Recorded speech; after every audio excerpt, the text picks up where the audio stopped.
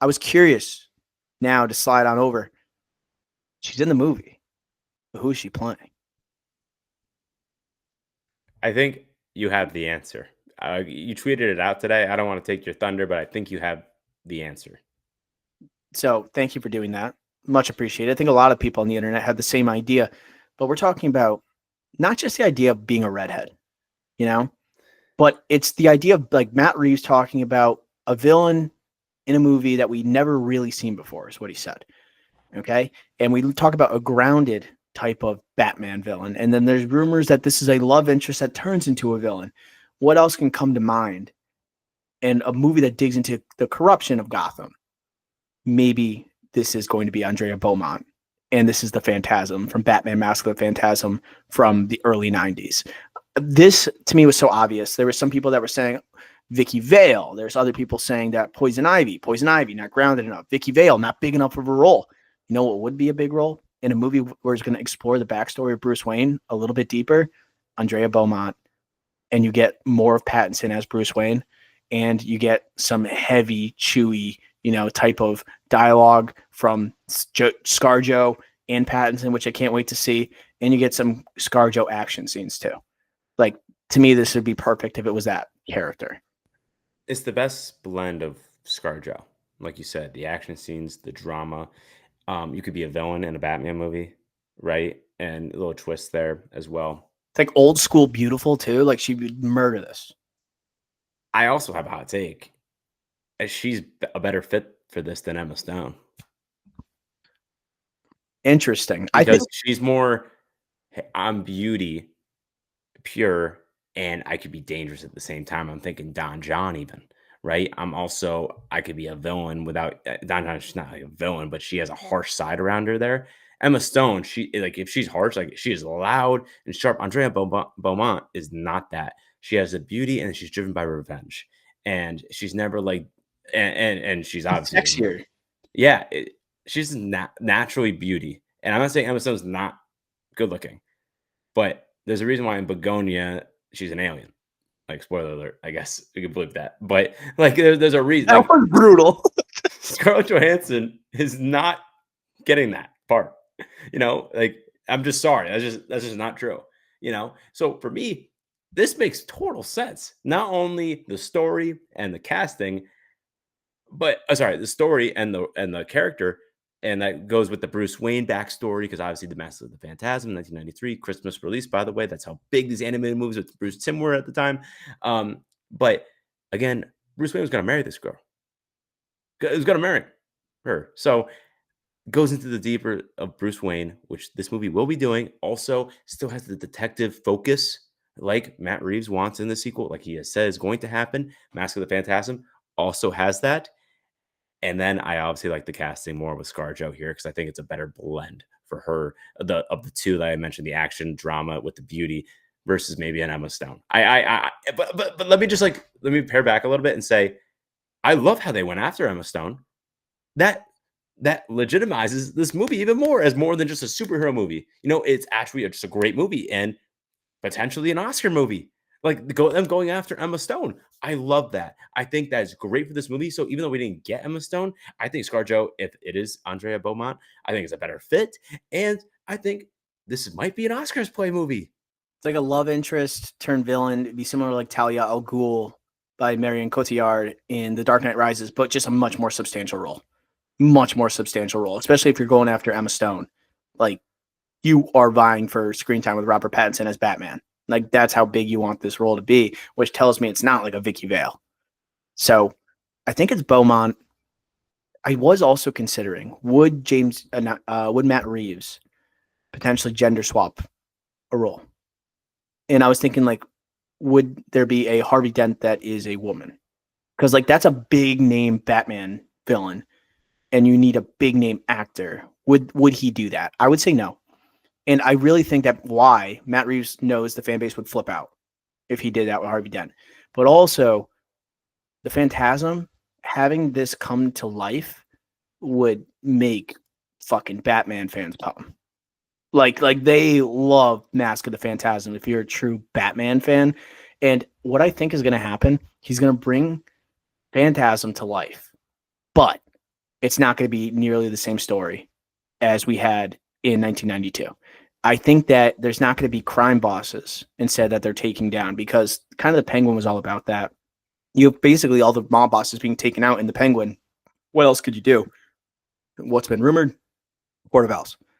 You could have Andrea Beaumont. So in The Mask of the Phantasm, her dad has ties to like these mob bosses, and Beaumont basically her father gets killed, and after years, Beaumont leaves Bruce Wayne, and then she comes back, and then as the Phantasm is killing all of these mob bosses. Now you could have her dad instead being tied up with these mob bosses. Maybe he's a member of the Court of Owls who's been done wrong, and then she is then taking revenge on some of the members of the Court of Owls. Bruce, right, having an old flame come back, and then also diving deeper into his parents, who maybe had known about the Court of Owls, but going deeper into the corruption of Gotham. I could see him twisting Mask of the Phantasm, not making exactly the same, but kind of just drawing inspiration from it and keeping a character. Yeah, I think it's a great call because it'll be too similar to the first one. And Matt Reeves, he is not he's open to altering little things from the comics, right? Even Falcone, right? And Yeah. like he will change the comics, and he, like, again, not to be disrespectful, Not to upset fans, though. right? Yeah, not to be disrespectful, but he'll alter it to fit the script to still pay homage to the actual character in the comics. I have full faith in Matt Reeves, and again, this is a great sign. This is a phenomenal sign for this movie. And like you said, like I also saw some of that hate for ScarJo. Either way, like if you let's assume that you think ScarJo is the worst actor on the planet, you still acknowledge that Scarlett freaking Johansson, right? And she is regarded as a good actress at the minimum in Hollywood. It's great that she's joined this cast, right? She's already been Black Widow for 15 years. She did not have to do this, right? And you went after Emma Stone. You have a two-time Oscar nominee here, one of the biggest, if not the biggest star in Hollywood, but also to star alongside Robert Pattinson, whose stock has only gone up since the Batman. But also, she's just a actually good actress, right? At least by most. That is phenomenal for the Batman not to take a step down, right? And say, "Oh, let's take a nobody like up and comer." No, they're able to attract this high-end talent. That's impressive for a superhero movie. And again, it's gonna be 2027.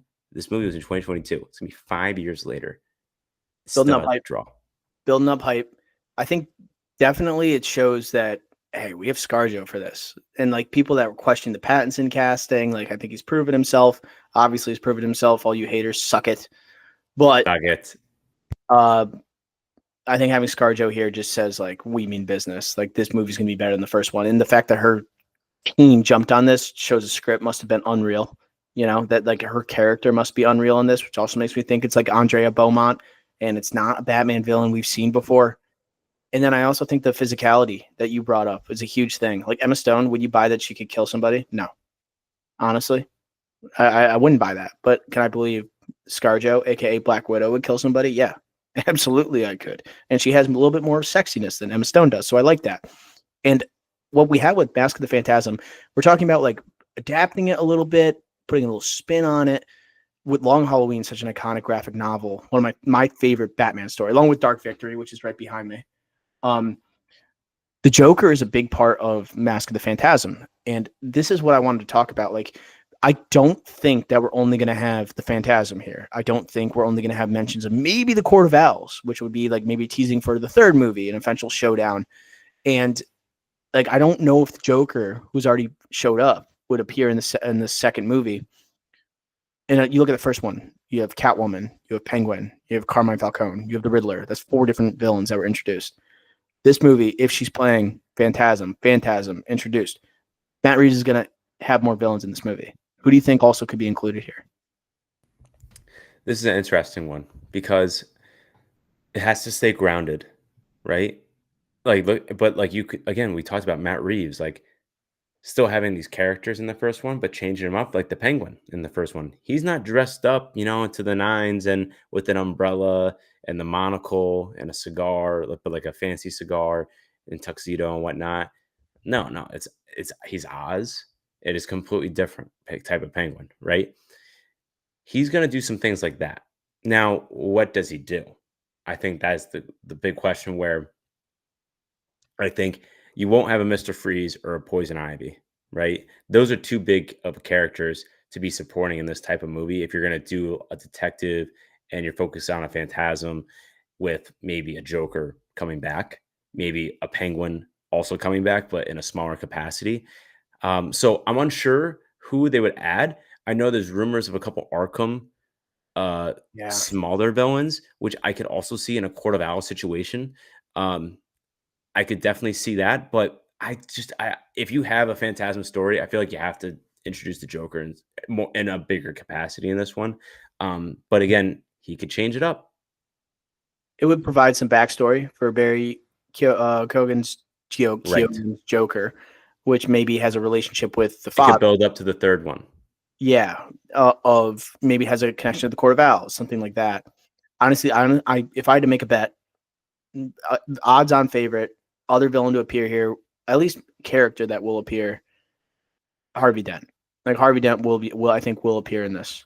When you're talking about diving deeper into the corruption of Gotham, the anti-corruption task force that Bella Real instituted, like at the end of the Batman and into the Penguin, and then we're talking about diving deeper that Matt Reeves has discussed. I think like having Harvey Dent introduced here, especially with the influence of the Long Halloween, I would not be shocked if he was a part of this story at all. And then you talked about something that I'm not sure, like Dr. Arkham, rumored to be the villain. This came from the In Snyder, who I don't Don't love really that. put much stock in it. Like he's not a needle mover. Dr. Arkham, who gives a crap? The only thing interesting about it is that Dr. Arkham, it would be kind of that idea of going deeper into Bruce Wayne, like his family, his mom in this version of Batman is an Arkham. So this person would be a relative of Bruce Wayne. If this rumor was true, I still don't believe it, but it also opens a doorway for villains like Hugo Strange to be in the mix, which I find fascinating. But I don't know. I don't know if that's going to happen. I don't know if they're going to have Joker a huge part of this, but the ones I can see is Andrea Beaumont. I could see Harvey Dent, maybe the Joker playing here. The Arkham stuff seems like it's not really built into what Reeves did with the first movie. It's definitely built into what the Penguin did. So that'd be a good way of bridging like the show and the movie and like kind of like having it gel together. But like the Arkham storyline is not really pushing the needle for me. Yeah, I definitely agree with you that Harvey Dent is going to be in this movie in some capacity. Is going to be Two-Face in this? I don't think so. I believe that because in the first one, Peter Sarsgaard, the former DA, spoiler alert, he dies. Um, Now you got to set up your Gotham to be your pure Batman Gotham, There's a right? vacancy, yeah. So you should assume with the Belle Royale, new task force, new government, new everything, right? Falcone's dead. Harvey Dent's going to come in, right? Your White Knight from the Dark Knight, right? Your White Knight. He should be your DA in this movie. I don't think he turns into Two-Face. That'd be too similar to the Dark Knight, but he should be in this movie with the potential corruption, even without a Court of Owls, because there will be more corruption and diving into that in this movie, even without a Court of Owls, right? We already know that. So Harvey Dent should be in this movie. It's just the other villains. It's just so wide open, in my opinion. It's like so early to call. Hugo Strange is a good shout. That's who I was thinking of when I alluded to Arkham. But I believe he deserves his own movie.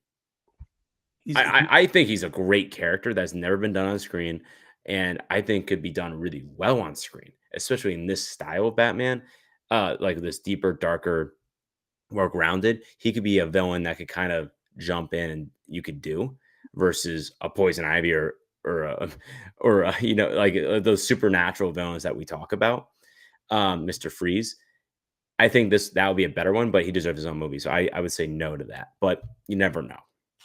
and I don't know how much it's actually going to focus on like Arkham Asylum, you know, and there's supposed to be an Arkham TV show. Maybe the vision of Matt Reeves, like not doing the Arkham TV show, maybe he built it into this movie, maybe.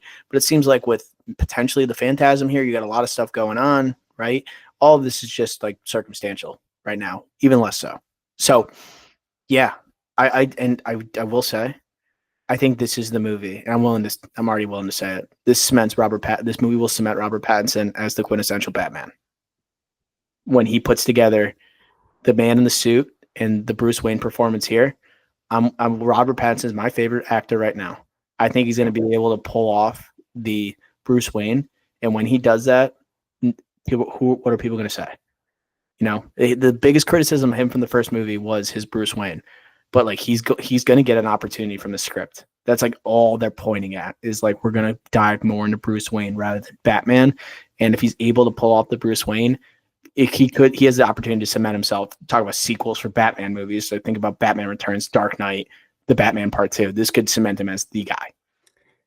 And the Dark Knight, obviously, Heath Ledger's performance just overshadows Christian Bale and his Bruce Wayne and everything going on there with Rachel. Just overshadows everything going on with Bruce. This movie, I don't think will have that. This will be the Bruce show and thus the Robert Pattinson show. So I do agree with you. What I will say, though, is that no matter what, you're going to have Keaton stands. You're going to have Bale stands. The Affleck It's stands. one of those you of course, will have Affleck stands. Like, We know exactly who they are.